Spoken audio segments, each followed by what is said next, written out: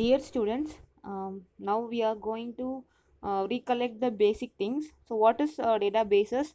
So, databases, it is a collection of interrelated data which helps in efficient retrieval, insertion, and deletion of data from databases and organizes the data in the form of tables, views, schemas, and reports, etc. Okay, so this is the general thing about the databases.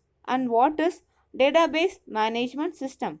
So it is a software, okay, and is designed to store, retrieve, define and manage data in a databases, okay. And how it functions? So it functions through the use of system commands. So first it receiving instructions from a database administrator through the DBMS. So it is a software, so then instructing the system accordingly either to retrieve data, modify data or load the data.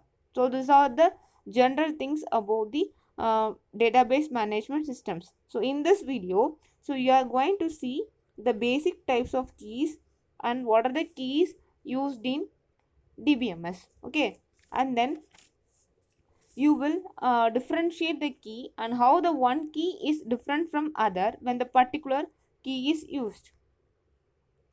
The first key is a primary key. We all know about it.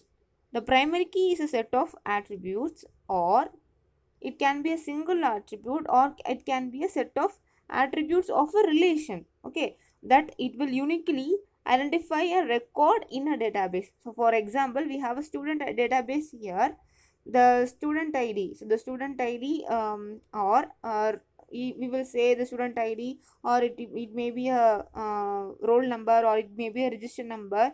So it mentioned here is the primary key. So understand one situations. If two different students have a single name, so like Jim, so Jim is repeated the name in this table means, so we have two different names, two different names, but it is a single name, okay. How we will identify? We will identify using the roll numbers, because the roll number always different and unique, okay. So that is mentioning here, the primary key is uniquely identify the attribute, and it should not accept null value, and it should not accept the duplicate values, okay. And then only one candidate key can primary key. So we will see in the candidate key, okay. So what are the main three properties? So it should uniquely identify the attribute, it should not accept null values, and it should not accept the duplicate values, okay. So the next one is unique key. So unique key, so there is a similarity between primary key and unique key. So what are the similarities? So we learned the three things in the primary key. So first thing is, it should uniquely identify the attribute, okay, that is the record, okay. And then it doesn't accept the null values, and it should not accept the duplicate values. These are all the properties we learned in the primary key. But here it is similar to the primary key, the unique is similar to primary key, but here it can accept the null value and it cannot have duplicate values. It uniquely identify a record, same as the primary key. The second point mentioning here is, but it can accept null values. It can accept null value, but it cannot have accept the duplicate values. The main difference between the primary key and unique key is, the primary key doesn't accept the null value, but in unique key it accept the null values, okay. So the unique key in a student table, the citizen id or address field is a unique key. So we can mention the address field also a unique key, and citizen id is also a unique, okay, because it is a similarity between the roll number or registration number, okay. So next is the alternate key. So the alternate key is a key that can be work as a primary key. So it can also work as a primary key. So what are the properties of the alternate key? Is the same as the uh, primary key. So it is uniquely identify a record in a table, and then it does not accept the null value, and it does not accept the duplicate value. So these are all the properties of the alternate key. So basically it is a candidate key that currently is not a primary key, okay.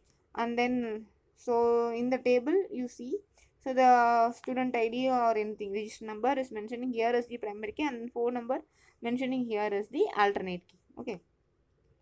So next is the candidate key. So the candidate key is a set of one or more attributes. So it can be a single attribute or it can be multi-attributed. Okay. The first thing, it is uniquely identify the table, and then can be multiple candidate key in one table. Okay. So each candidate key can work as a primary key. So what are all the properties of the primary key? So it is uniquely identify the attribute and not null value and not duplicate values. So in this table, the roll number and register number combinedly considered as the candidate key. So we can choose roll number as a primary key. We can choose only one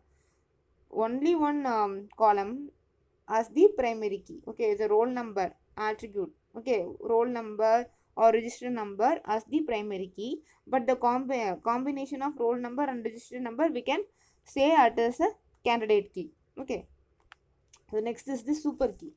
The super key is a superset of, so it is also a superset of primary key and candidate key, unique key and alternate key.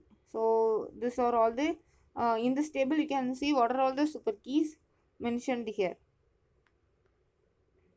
So the ID, the combination of ID and name also considered as a super key, and phone number we are using here as a super key because it is a superset of primary, candidate and unique, alternate. Okay. And the next one is the composite key. So the composite key is a combination of more than one fields or columns of a table. So we can combine, we are going to combine more than one fields or columns. Okay. The combination of more than one fields or columns is known as the composite key, or it can be otherwise named as the compound key. Okay. So the name alone doesn't considered as a primary key, and then city alone doesn't considered as a primary key. We can combine name and city and form composite key, the composite key. So it can be a candidate key or it can be a primary key. Okay, we can say name and city can be a primary key and it can be a candidate key also, but we combine these two fields and make it as a composite key or a compound key. Okay, so it is clear about it. And then next one is the foreign key. So the foreign key, so it is a filled in database tables, that is primary key in another table. So listen here. So we are so in this picture we are having three tables. So one is student table, another one is grades table, another one is the course table. Okay, we are table 1, table 2, sorry, table 1, table 2 and then table 3. In student table, the student ID is the primary key, but in grade table, the student ID, the primary key used here is considered as the foreign key in grade table. Okay, and then in grades table, the course ID is the primary key in the grade table, but in the courses table, the course ID is mentioning here as a foreign key. Okay, that is the primary key of table 1. The primary key of table 1 is act as a foreign key of table 2.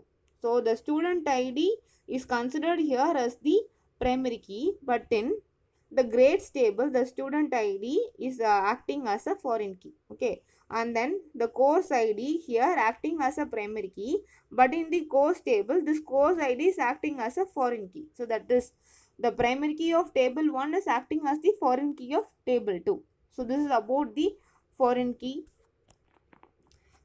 So thank you students. So in today video we are see the types of keys. What are all the keys? Primary key and unique key, alternate key, composite key, and then super key and then foreign key. So that's all about all the types of keys.